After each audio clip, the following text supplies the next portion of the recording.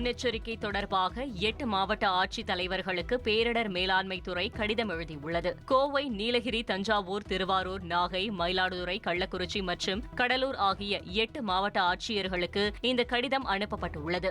August 4ஆம் தேதி நாகை, மயிலாடுதுறை, கள்ளக்குறிச்சி மற்றும் கடலூர் மாவட்டங்களில் மழை பெய்யக்கூடும் என்றும் தெரிவிக்கப்பட்டுள்ளது. மேலும் ஆகஸ்ட் 4ஆம் தேதி கோவை, நீலகிரி மற்றும் மலைத்தொடர் பகுதிகளில் ஓரிரு இடங்களில் கனமழை முதல் மிக கனமழை பெய்ய வாய்ப்புள்ளதாகவும், கனமழை நடவடிக்கை காரணமாக ஏற்படும் எந்தவொரு அவசர நிலையையும் சமாளிக்க போதுமான தயார்நிலை நடவடிக்கைகளை எடுக்க மாவட்ட ஆட்சித் தலைவர்களுக்கு அறிவுறுத்தப்பட்டுள்ளது.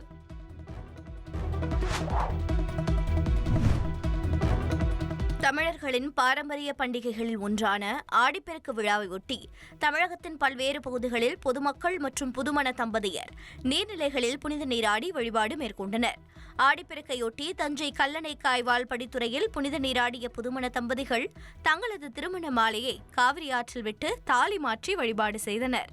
ஆடிப்பெருக்கு விழாவை ஒட்டி திருச்சி காவிரி கரையோர பகுதிகளில் திரண்ட ஏராளமான பொதுமக்கள் சிறப்பு பூஜைகள் செய்து உற்சாகமாக வழிபட்டனர்.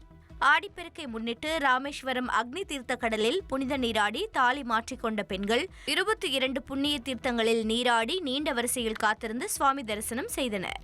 கும்பகோணம் காவிரி படித்துறையில் அதிகாலையிலேயே நீராடிய புதுமண தம்பதிகள் ஆடிப்பெருக்கு விழாவையொட்டி தாலி மாற்றி பச்சரிசி வைத்து படைத்து ஆடிப்பெருக்கை கோலாகலமாக கொண்டாடினர்.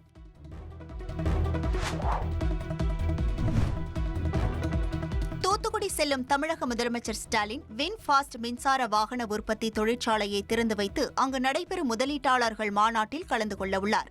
உலகின் முன்னணி மின் வாகன தயாரிப்பு நிறுவனமான வியட்நாம் நாட்டை சேர்ந்த வின்ஃபாஸ்ட் நிறுவனம் தூத்துக்குடியில் 16,000 கோடியில் மின்சார கார் உற்பத்தி தொழிற்சாலையை அமைக்க ஒப்பந்தம் செய்திருந்தது.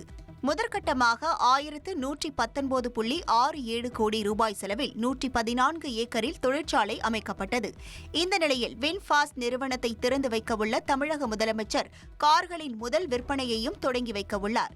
இதனைத் தொடர்ந்து தூத்துக்குடியில் நடைபெறும் தொழில் முதலீட்டாளர்கள் மாநாட்டில் கலந்து கொள்ளும் தமிழக முதலமைச்சர் முன்னிலையில் புதிய தொழில் தொடங்க 20க்கும் மேற்பட்ட நிறுவனங்களுடன் புரிந்துணர்வு ஒப்பந்தங்கள் கையெழுத்தாகின்றன.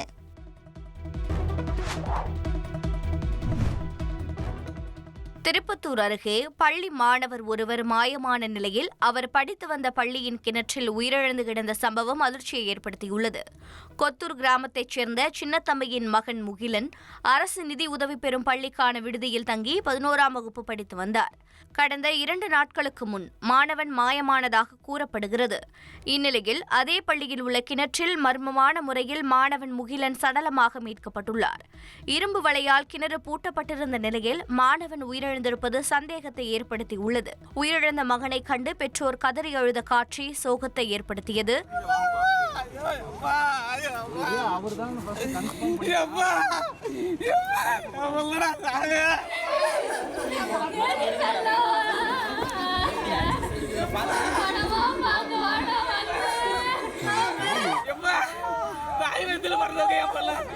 முன்னாடி வாங்க எப்பா சார்,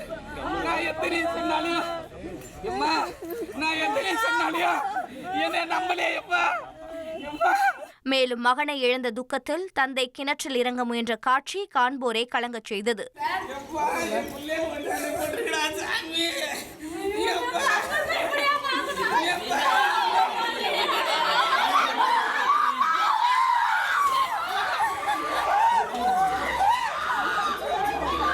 இதுகுறித்து போலீசார் தீவிர விசாரணை மேற்கொண்டு வருகின்றனர்.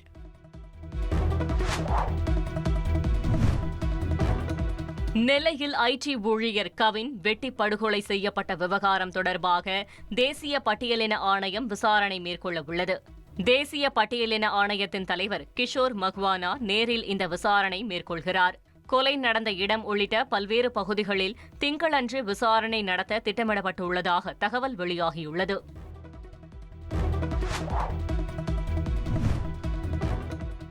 நெல்லையில் ஐடி ஊழியர் கவின் வெட்டி கொல்லப்பட்ட சம்பவத்தில் அவரது தந்தைக்கு துப்பாக்கி ஏந்திய போலீஸ் பாதுகாப்பு அளிக்கப்பட்டுள்ளது.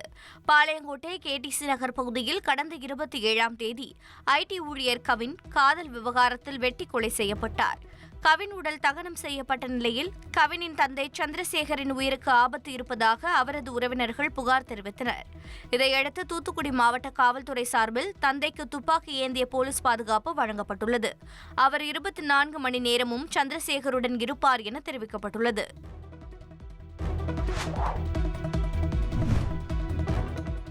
ஆணவ கொலை தடுப்பு சட்டத்தை இயற்ற வலியுறுத்தி விடுதலை சிறுத்தை கட்சி சார்பில் ஆகஸ்ட் 9ஆம் தேதி ஆர்ப்பாட்டம் அறிவிக்கப்பட்டுள்ளது. சென்னை அசோக் நகரில் செய்தியாளர்களை சந்தித்த விடுதலை சிறுத்தைகள் கட்சித் தலைவர் திருமாவளவன் இதற்கான அறிவிப்பை வெளியிட்டார். நெல்லையில் கவின் ஆணவ கொலை செய்யப்பட்ட சம்பவத்தில் மேலும் சிலர் ஈடுபட்டிருக்கலாம் என்று தெரிவித்தார். கவினின் பெற்றோரும் இந்த சந்தேகத்தை முன்வைப்பதால் உயர்நீதிமன்ற கண்காணிப்பில் சிறப்பு புலனாய்வு விசாரணை குழுவை அமைக்க வேண்டும் என வலியுறுத்தினார். ஆணவ கொலை தடுப்பு சட்டம் இயற்ற மாநில அரசுக்கு அதிகாரம் உள்ளது என்றும் கூறினார்.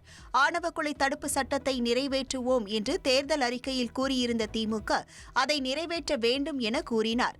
ஆணவ கொலை தடுப்பு சட்டம் இயற்றக்கோரி ஆகஸ்ட் 9ஆம் தேதி விசிக சார்பில் அனைத்து மாவட்டங்களிலும் ஆர்ப்பாட்டம் நடைபெறும் என்று தெரிவித்தார்.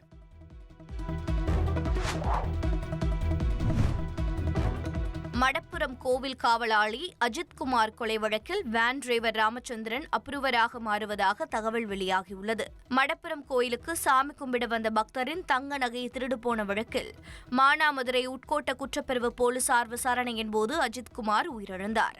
அஜித்குமார் கொலை சம்பந்தமாக திருப்புவனம் போலீசார் வழக்கு பதிவு செய்து தனிப்படை போலீசார் கண்ணன், ராஜா, பிரபு, சங்கர மணிகண்டன், ஆனந்த் ஆகிய 5 பேரை கைது செய்து மதுரை சிறையில் அடைத்தனர். இந்த வழக்கு தொடர்பாக மானாமதுரை டிஎஸ்பி சண்முக சுந்தரம், குற்றப்பிரிவு police van driver Ramachandran suspend செய்யப்பட்டனர். தமிழகம் முழுவதும் அதிர்ச்சியை ஏற்படுத்திய இந்த வழக்கில் ஜூலை 12 முதல் சிபிஐ விசாரணை நடைபெற்று வருகிறது.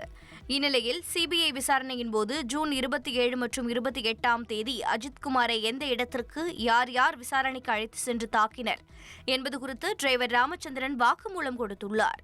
மேலும் போலீஸ் வேனில் சம்பந்தப்பட்ட இடங்களுக்கு அழைத்து சென்று காட்டிய நிலையில் வழக்கில் வேன் டிரைவர் ராமச்சந்திரன் சாட்சியம் முக்கியமாக இருப்பதால் அவர் அப்ரூவராக மாறவுள்ளார் என தகவல் வெளியாகியுள்ளது.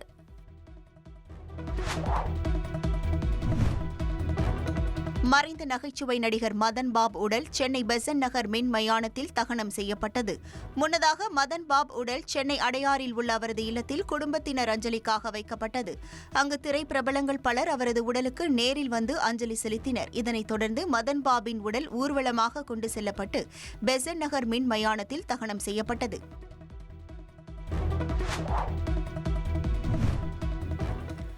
ஆஸ்திரேலியாவின் கிழக்கு பகுதியில் உள்ள பல்வேறு நகரங்களில் திடீரென பனிப்பொழிவு ஏற்பட்டுள்ளது. குறிப்பாக குயின்ஸ்லாந்து பகுதியில் 10 ஆண்டுகளுக்கு பிறகு முதல் முறையாக பனிப்பொழிவு அபூர்வ நிகழ்வாக பார்க்கப்படுகிறது.